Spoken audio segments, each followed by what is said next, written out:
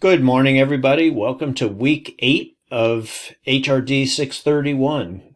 Man, are we making progress with the class. It's hard to believe.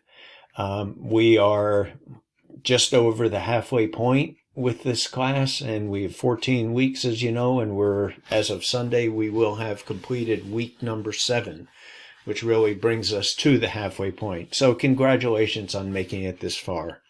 So in week number 8, we're going to be looking at a few topics. We're actually building on the topics that we've been studying already throughout the semester. Then I'll get right to the topics that we're discussing and the actual to-dos I'd like everybody to work on this week.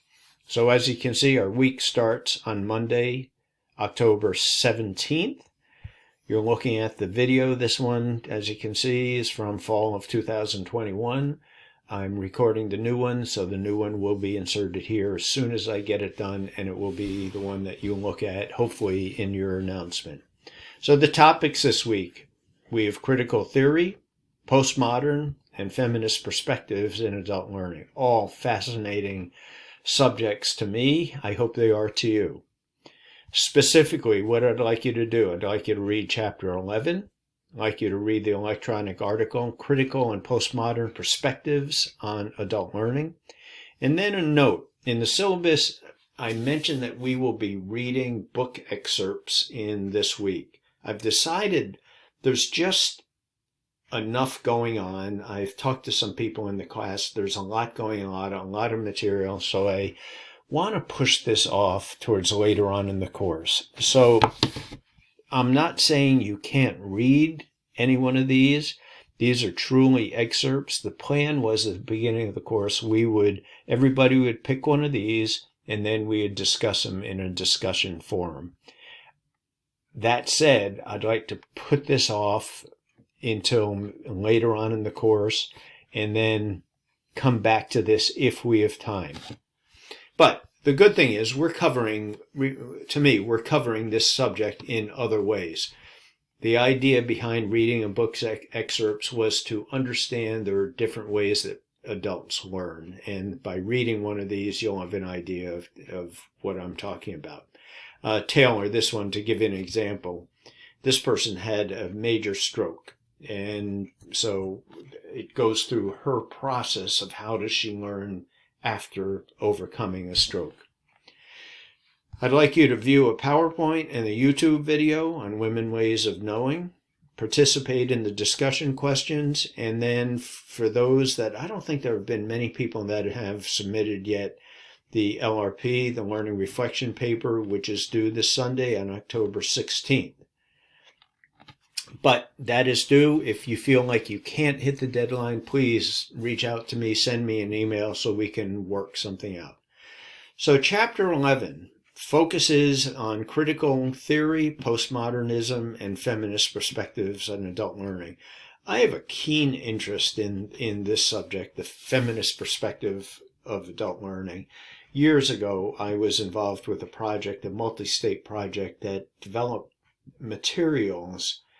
It was called Women in the Woods, meaning women landowners that own woods in Maine, New Hampshire, Vermont. The program now has gone nationally, but it was based upon a lot of research about how women learn similarly and differently than men. And a lot of the work had to do with how women like to learn collaboratively. And I have to say, since I worked on this 20 years ago, my understanding and my knowledge has changed. And I think there's a lot of similarities. And I hate to put things in buckets, but a lot of the research shows that men in particular like to learn by themselves and women like to learn collaboratively. They like to learn in groups. And there's exceptions. I'm one of those people that love learning in groups. I love sitting around discussing ideas, and that kind of goes against some research that says, oh yeah, men just want to learn by themselves. So I have a keen interest in the subject. I think it's a fascinating subject and a very important subject for us to be studying in the course. Have a discussion forum I'd like everybody to participate in. and then an advanced organizer for week number 9. So where is everything located? In here, there's a YouTube video on women ways of knowing, and there's also a PowerPoint presentation on the materials that we're studying this week, an advanced organizer for week number 9, and then a summary of significant points from the chapter that you are reading in our text, chapter 11. Learning reflection paper is due this Sunday. If you have not submitted those, don't worry, you still have a few more days. If you can't hit this due date, let me know and we can work something out. Week number 8. So in week number 8, we have discussion questions on women ways of knowing and the feminist perspectives. So that is it as far as the nuts and bolts of what we have coming up. Let me just switch gears here. So everybody should have gotten their grades for the participation in weeks number 1 through 4 and on the exploration project question.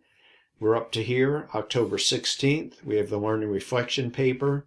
The next thing that I will be grading by the end of next week will be participation for weeks 5 through 8. We have the learning autobiography and the learning organizer due November 6th. And then we start getting into the actual class online participation. Well, this is weeks 9 through 11. I'm still working on how I'm going to do this because I'm shuffling a few things around at this point. But at this point, I'm going to say weeks 9 through 11, I will have an online participation grade.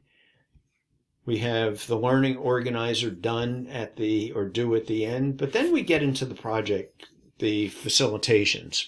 And we're going to have in weeks 12 and 14 the participation, and we will have the presentations. So more information on that. Shortly, I'll be sending a sign out or a sign up sheet so you can sign up what week you want to present your exploration project.